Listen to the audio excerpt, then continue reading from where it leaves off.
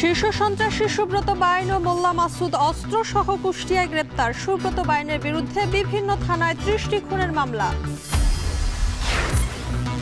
দেশের দক্ষিণ উত্তরাঞ্চলে এনসিপির টানা ৩ দিন ধরে চলছে পথসভা। টাকার বিনিময়ে ভোট বিক্রির সংস্কৃতি থেকে বের হওয়ার আহ্বান হাসনাত সার্জিসের। এবং ৩ দফা দাবিতে দ্বিতীয় দিনের মতো পূর্ণ দিবস কর্মবিরতি প্রাথমিকের সহকারী শিক্ষকদের। পল্লী বিদ্যুতের কর্মকর্তা কর্মচারীরাও কর্মবিরতিতে।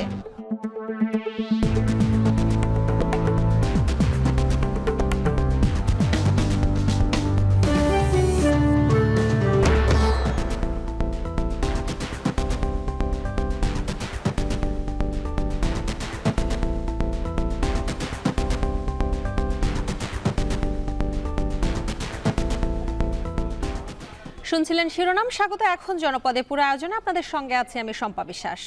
শীর্ষ সন্ত্রাসী সুব্রত বাইন ও তার সহযোগী মোল্লা মাসুদকে গ্রেপ্তার করা হয়েছে। মঙ্গলবার ভোর রাতে কুষ্টিয়া শহরের কালীশঙ্করপুর এলাকার একটি ভাড়া বাসা থেকে অস্ত্রসহ তাদের গ্রেপ্তার করা হয়। স্থানীয়রা জানায়, ভোরে বাড়িটির নিচতলায় তালা ভাঙার শব্দ পেয়ে তারা ছুটে আসেন। এরপর দেখতে পান সেনাবাহিনীর সদস্যরা বাড়িটি ঘিরে অভিযান চালাচ্ছে। এর কিছুক্ষণ পর দুজনকে গ্রেপ্তার করে সেনাবাহিনীর গাড়িতে তুলে নিয়ে যাওয়া হয়।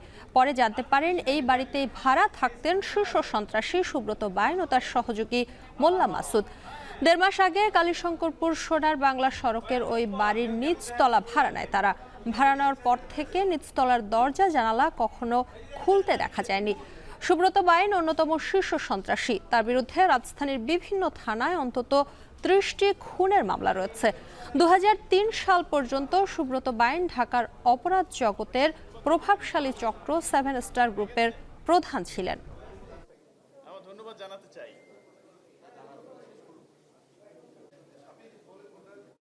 নামাজ পড়ে আসতেছে, তখন দেখছি যে দ্রাম দ্রাম করে শব্দ হচ্ছে। তো কিসের শব্দ? আমি তখন ধারণা করলাম হয়তো বা কেউ আছে সন্ত্রাসী বা চাঁদাবাদী কেউ আছে, তাকে হয়তো পিটাচ্ছে। পরে বাইদা জানতে পারলাম যে দরজা মরজা ভাঙলো আর্মিরা। তারপরে ওদের কারকে যেন ধরে নিয়ে চলে গেল। সকাল ৫টা থেকে যখন ঘুম থেকে উঠছি, উঠে দেখলাম সেনাবাহিনী এখানে অভিযান চালাচ্ছে। তারপরে এখানে আসলাম, ওদের দেখে ওরা বলতেছে এখানে দাঁড়ানো যাবে না, তোমার জায়গায় তুমি চলে যাও।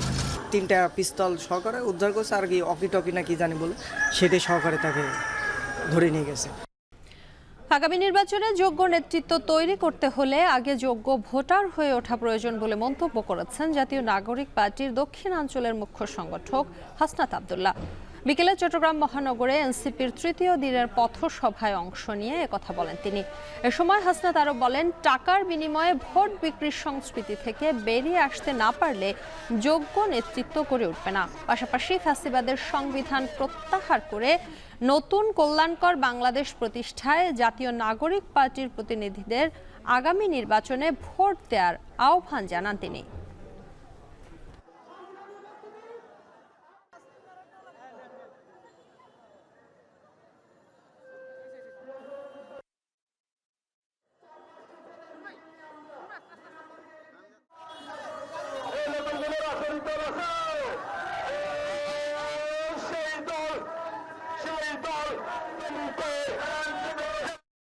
আমাদের দেশের নেতারা টেন্ডারবাজি করে, আমাদের দেশের নেতারা গরিবের সম্পদ লুণ্ঠন করে, আর আমাদের দেশের ভোটাররা ভোট বিক্রি করে দেয়।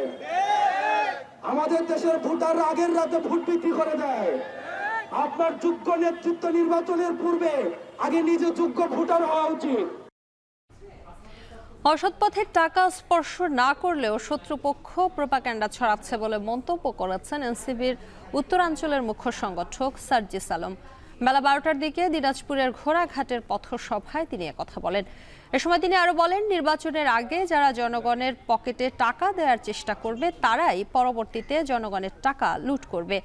এছাড়াও দেশে আর কাউকে শেখ হাসিনার মতো ফ্যাসিস্ট হয়ে উঠতে দেয়া হবে না বলে হুঁশিয়ারি দেন তিনি। এর আগে নির্বাচনী প্রক্রিয়ায় অংশ হিসেবে দিনাজপুরের ঘোড়াঘাটে পথসভা শুরু করেন সার্জিস আলম। এ সময় তার সাথে ছিলেন কেন্দ্রীয় ও স্থানীয় নেতাকর্মীরা। এছাড়াও দিনব্যাপী হিলি, বিরামপুর, পার্বতীপুর, নবাবগঞ্জ ও ফুলবাড়িয়াতে পথসভা করেন তিনি।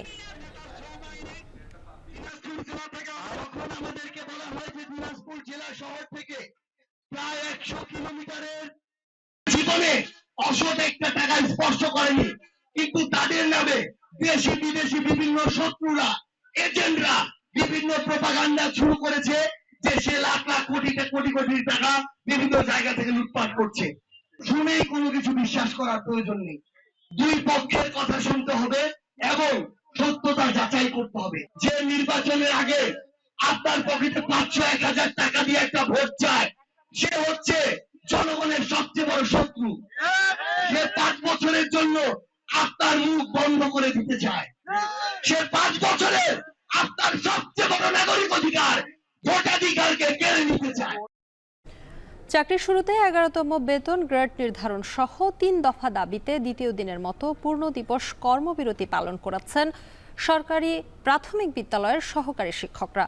এতে দেশের বেশিরভাগ বিদ্যালয়ে বন্ধ থাকে পাঠদান কর্মসূচি, ব্যাহত হয় শিক্ষার্থীদের পড়াশোনা। এতে ক্ষোভ প্রকাশ করেন অভিভাবকেরা। বিস্তারিত প্রতিবেদনে। প্রাথমিক সহকারী শিক্ষক সংগঠন ঐক্য পরিষদের ডাকে সারা দেশে দ্বিতীয় দিনের মতো পূর্ণদিবস কর্মবিরতি পালন করছেন প্রাথমিক বিদ্যালয়ের সহকারী শিক্ষকরা। চাকরির শুরুতে 11তম গ্রেডে বেতন নির্ধারণ, 10 বছর ও 16 বছর পূর্তিতে উচ্চতর গ্রেড প্রাপ্তির জটিলতা দূর, সহকারী শিক্ষকদের প্রধান শিক্ষক পদে শতভাগ পদোন্নতি দেওয়ার দাবি আদায় না হওয়া পর্যন্ত কর্মসূচি চালিয়ে যাওয়ার কথা জানান তারা। তবে সন্তানদের শিক্ষা কার্যক্রম ব্যাহত হওয়ায় ক্ষোভ প্রকাশ করেন অভিভাবকরা। দাবি জানান দ্রুত সমস্যা সমাধানের। পড়াশোনা অনেক ক্ষতি ওর, স্কুলে আসলে তো একটু পড়াশোনা করে, কিন্তু ও তো পড়াশোনা হন না। যদি ক্লাস ঠিক মতো না হয় তাহলে তো বাচ্চা তো স্কুলে আইতে চায় না, যদি ঠিক মতো রাখা আসতো বাচ্চা তো স্কুলে আইতো। সরকার অনতিবিলম্বে আমাদের দাবি দেওয়া মেনে নিক। আমাদের ক্লাসে আমরা আগের মতো যেরকম পাঠদান করছি এরকম যেন পাঠদান আমরা করতে পারি। কর্মবিরতিতে অলস সময় পার করছেন সহকারী শিক্ষকরা। বিদ্যালয়ে শিক্ষার্থীদের উপস্থিতি স্বাভাবিক থাকলেও ক্লাসে যাচ্ছেন না তারা। দ্রুত দাবি আদায় হলে শিক্ষার্থীদের ক্ষতি পুষিয়ে দেওয়ার কথা বলছেন শিক্ষকরা। কোমলমতি শিক্ষার্থীদের ক্ষতি চাচ্ছি না, আমরা বাধ্য হয়ে কর্মবিরতি দিয়ে গেছি। ক্ষতিপূরণ হয়েছে, আমরা চেষ্টা করব সেটি ক্ষতিটা পূরণ করার। বেশিরভাগ বিদ্যালয়ে শিক্ষকরা উপস্থিত থাকলেও ক্লাস বর্জন করে অফিস কক্ষে অবস্থান করছেন। ফলে পাঠ বঞ্চিত হলেও খেলাধুলা ও গান করে সময় কাটায় শিক্ষার্থীরা। এখন তো ক্লাস বন্ধ, ক্লাস হচ্ছে না। আমরা চাই যে আবার যেন ক্লাস হয় এবং পড়ালেখাও যেন হয়। একটাই চাওয়া যে আমাদের দাবিগুলো দ্রুত যেন তারা ফলপ্রসূ করে। আমরা কেউই চাই না এই যে ছোট ছোট বাচ্চারা ভুক্তভোগী হচ্ছে, এটা আমরা কেউই চাই না। তবে কর্মবিরতির সাথে একাত্মতা প্রকাশ করলেও শিক্ষার্থীদের কথা ভেবে নীলফামারীর সৈয়দপুর সহ বেশ কয়েকটি এলাকায় শ্রেণী কার্যক্রম স্বাভাবিক ছিল। সোমবার থেকে কর্মবিরতি পালন করছেন সরকারি প্রাথমিক বিদ্যালয়ের সহকারী শিক্ষকরা। এর আগে 3 দফা দাবিতে 5 থেকে 15 মে পর্যন্ত 1 ঘন্টা, 16 থেকে 20 মে পর্যন্ত 2 ঘন্টা, 21 থেকে 25 মে পর্যন্ত অর্ধদিবস কর্মবিরতি পালন করেন প্রাথমিক বিদ্যালয়ের সহকারী শিক্ষকরা। ফেরদৌস আবির, এখন। অভিন্ন চাকরিবিধি বাস্তবায়ন, হয়রানি বন্ধ, মামলা প্রত্যাহার সহ 7 দফা দাবিতে টানা কর্মবিরতি পালন করেছে পল্লী বিদ্যুতের কর্মকর্তা কর্মচারীরা। তবে সচল ছিল বিদ্যুৎ সরবরাহ সহ গ্রাহক সেবা। সকাল থেকে সৈয়দপুরের 2টি পল্লী বিদ্যুৎ সমিতির কর্মকর্তারা কর্মবিরতি পালন শুরু করেন, তবে অব্যাহত থাকে জরুরি সেবা। 7 দফা না মানা পর্যন্ত আন্দোলন চালিয়ে যাওয়ার ঘোষণা দিয়েছেন কর্মকর্তারা। এদিকে কর্মবিরতি সত্ত্বেও ময়মনসিংহ পল্লী বিদ্যুৎ সমিতির দপ্তরগুলোতে নির্বিঘ্নে বিল দেন গ্রাহকরা। ময়মনসিংহ জোনে 7টি পল্লী বিদ্যুৎ সমিতির অধীনে গ্রাহক রয়েছে 35 লাখ। তারা বলছে, পল্লী বিদ্যুৎ সমিতির নানা অব্যবস্থাপনার কারণে হয়রানির শিকার হচ্ছে গ্রাহক। ভুতুরে বিদ্যুৎ বিল সহ পুরো ব্যবস্থার সংস্কার চান গ্রাহকরা। সাতক্ষীরা সীমান্ত দিয়ে আবারও 23 জনের পুশিনের ঘটনা ঘটেছে। একইভাবে কুড়িগ্রামে 14 জনকে পুশিনের চেষ্টা করেছে বিএসএফ। ভোররাতে সাতক্ষীরার কুশখালী সীমান্ত দিয়ে ভারতে বসবাসরত 23 জনকে পুশিন করেছে ভারতীয় সীমান্তরক্ষী বাহিনী বিএসএফ। পরে বিজিবি অভিযান চালিয়ে তাদের উদ্ধার করে। বিজিবি 23 ব্যাটালিয়নের দপ্তরে তাদের জিজ্ঞাসাবাদ করা হয়। প্রাথমিকভাবে ধারণা করা হচ্ছে উদ্ধার হওয়া ব্যক্তিরা ভারতে বসবাস করতেন। পুলিশের অভিযানে আটকের পর রাতের আধারে বিএসএফ তাদের সীমান্ত দিয়ে বাংলাদেশে ঢুকিয়ে দেয়। অন্যদিকে কুড়িগ্রামের রৌমারীর বড়াইবাড়ির সীমান্ত দিয়ে ভোররাতে 5 নারী সহ 14 জনকে বাংলাদেশে পুশিনের চেষ্টা করে বিএসএফ। বিজিবি ও স্থানীয় জনগণের বাধায় তারা বাংলাদেশের ভূখণ্ডে প্রবেশ করতে পারেনি। ভারতের নোম্যান্স ল্যান্ডে অবস্থান করছেন তারা। খুব বেশি বেচাকেনা শুরু না হলেও কোরবানি ঘিরে রাজশাহীতে জমে উঠতে শুরু করেছে গবাদি পশুর হাট। সরবরাহ বেশি মানেই বাজারে দাম কম, অর্থনীতির সেই পুরনো সূত্রে এখন পর্যন্ত হাটের চিত্র অনেকটা সেরকমই। এদিকে বাজারে সবসময় মাঝারি গরুর চাহিদা বেশি থাকায় বড় গরু নিয়ে দুশ্চিন্তায় গৃহস্থ ও খামারিরা। আগামী সপ্তাহ নাগাদ হাটে বেচাকেনা জমজমাট হয়ে উঠবে বলে প্রত্যাশা ইজারাদারদের। আরও জানাচ্ছেন রাকিবুল হাসান। রাজশাহী নগরীর সিটি হাট আসন্ন কোরবানিকে সামনে রেখে বিভিন্ন প্রান্ত থেকে আসছে গরু। হাটে বাড়ছে পশুর যোগান, ছোট বড় মাঝারি আছে সব সাইজের গরু মহিষ। এসব গরু কয়েক বছর লালন পালনের পর বিক্রির জন্য হাটে তুলেছেন খামারিরা। তবে হাটে ক্রেতার আনাগোনা কম, অধিকাংশই দেখছেন, যাচাই করছেন দাম। তা কিনা শুরু হয়েছে ভাই, মোটামুটি ভাই, খুব ব্যাপক আকারে না ভাই। মিলছে না আমাদের প্রত্যাশা অনুযায়ী, আমরা যেটা আশা করেছি এটা আমাদের মিলছে না। কাস্টমার কম, কিনা বেচা কম হয়েছে। 3 থেকে 3.5 মণ ওজনের গরু বিক্রি হচ্ছে 1 থেকে 1.5 লাখ টাকার মধ্যে। মাঝারি গরু 2.5 থেকে 4 লাখ, আর বড় গরুর দাম 7 থেকে 12 লাখের মধ্যে। আর হাটের সেরা গরুর দাম হাঁকা হয়েছে 20 লাখ টাকা পর্যন্ত। খামারিরা বলছেন পশুপালনে খরচ বেড়েছে, কিন্তু সে তুলনায় মিলছে না দাম। কিনা বেচা হচ্ছে না ভাই, পাটের দাম কম বলছে, এই 16-17 হাজার টাকা দাম কম বলতেছে। এখন বাইরের পাটি কম, গরু যে দামে কিনা হচ্ছে 10,000 করে কম বলছে। রাজশাহী নগরীর সবচেয়ে বড় ও স্থায়ী হাট থেকে পশু কিনে ঢাকা, চট্টগ্রাম, সিলেটে সরবরাহ করেন ব্যাপারীরা। তবে বড় ব্যাপারীরা এখনো আসেননি। এতে বেচাকেনা কমেছে বলছেন ব্যবসায়ী ও হাট মালিক। ক্রেতা নাই, এখনো তো গরু কিনা বেচা লাগেনি। চাঁদ উঠলে এলাকা ঘরীয় লোকেরা গরু কিনা বেচা করবে। চাঁদ উঠানোর আমাদের শহরের লোক তো এখন আপনার একদিন আগে এসে গরু কেনাকাটা পায় নাকি, কুরবানির জন্য নিয়ে যায়, কিনে কুরবানি দেয়, আগে কেউ কিনে দেয়, পুষতে চায় না। নগরীর সিটি হাটের পাশাপাশি রাজশাহীর কাকন, মন্ডুমালা, চৌবাড়িয়া, দামকুড়া হাট থেকে দেশের নানা প্রান্তের ব্যাপারীরা গরু সংগ্রহ করেন। রাকিবুল হাসান, এখন রাজশাহী। প্রায় 2.5 ঘন্টার চেষ্টায় নিয়ন্ত্রণে এসেছে রাজশাহীর নিউ মার্কেট এলাকার থিম ওমর প্লাজার ভয়াবহ আগুন। দুপুর 1:30টার দিকে ফায়ার সার্ভিসের 10টি ইউনিটের চেষ্টায় আগুন নিয়ন্ত্রণে আসে। এ ঘটনায় অন্তত 3 জনের আহত হওয়ার খবর পাওয়া গেছে। তাদের উদ্ধার করে হাসপাতালে পাঠানো হয়েছে। প্রত্যক্ষদর্শীরা জানান, বেলা 11:30টার দিকে 7ম তলার ফুডকোর্ট থেকে আগুনের সূত্রপাত।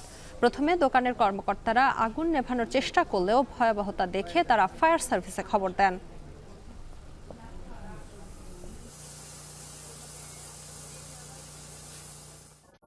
হত্যা মামলায় নিয়মিত হাজিরা শেষে সাবেক সংসদ সদস্য ও কণ্ঠশিল্পী মমতাজ বেগমকে 4 দিনের রিমান্ড দিয়েছেন আদালত। এ সময় আদালত প্রাঙ্গণে অনাকাঙ্ক্ষিত ঘটনা এড়াতে জোরদার করা হয় নিরাপত্তা ব্যবস্থা।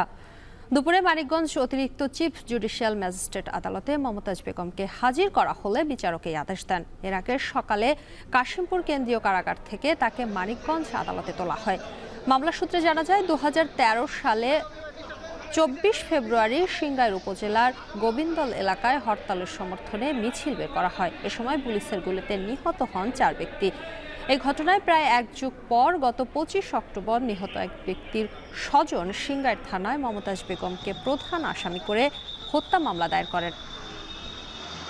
চট্টগ্রামের পাহাড়তলীর নকল বৈদ্যুতিক তার তৈরির কারখানা থেকে নামি দামি বিপুল পরিমাণ নকল তার জব্দ করেছে র্যাব। সকালে পাহাড়তলীর সাগরিকা পেট্রোল পাম্পের পাশে কারখানাটিতে অভিযান চালায় র্যাব, পুলিশ এবং বিএসটিআই। এ সময় বিআরবি, বিজলি, পলি কেবল সহ নামকরা 5 থেকে 6টি কোম্পানির নকল তার পাওয়া যায়। যদিও এ সময় পালিয়ে যান কারখানার মালিক। শ্রমিকরা জানান, গত 6 মাসের বেশি সময় ধরে এই কারখানায় নকল তার তৈরি হচ্ছিল, যা নির্দিষ্ট একটি চক্রের মাধ্যমে বাজারে ছড়িয়ে পড়ছে। বিএসটিআই কর্মকর্তারা জানান, এই কারখানায় নিম্নমানের এবং ভেজাল কাঁচামাল দিয়ে তৈরি করা হচ্ছিল তার। মানহীন এসব তারে বিভিন্ন স্থাপনায় অগ্নি দুর্ঘটনা ঘটছে বলেও জানান তারা। অভিযানে কারখানাটি সিলগালা করে মালামাল জব্দ করা হয়। এর সাথে শেষ করছি এখন জনপদে। এখন টেলিভিশন ওয়েবসাইটে দেখতে ভিজিট করুন www.ekhon.tv। এছাড়া এখন টেলিভিশন ফেসবুকে দেখতে ভিজিট করুন facebook.com/tv.ekhon এবং ইউটিউবে এখন টেলিভিশন দেখতে ভিজিট করুন youtube.com/c/ekhon tv।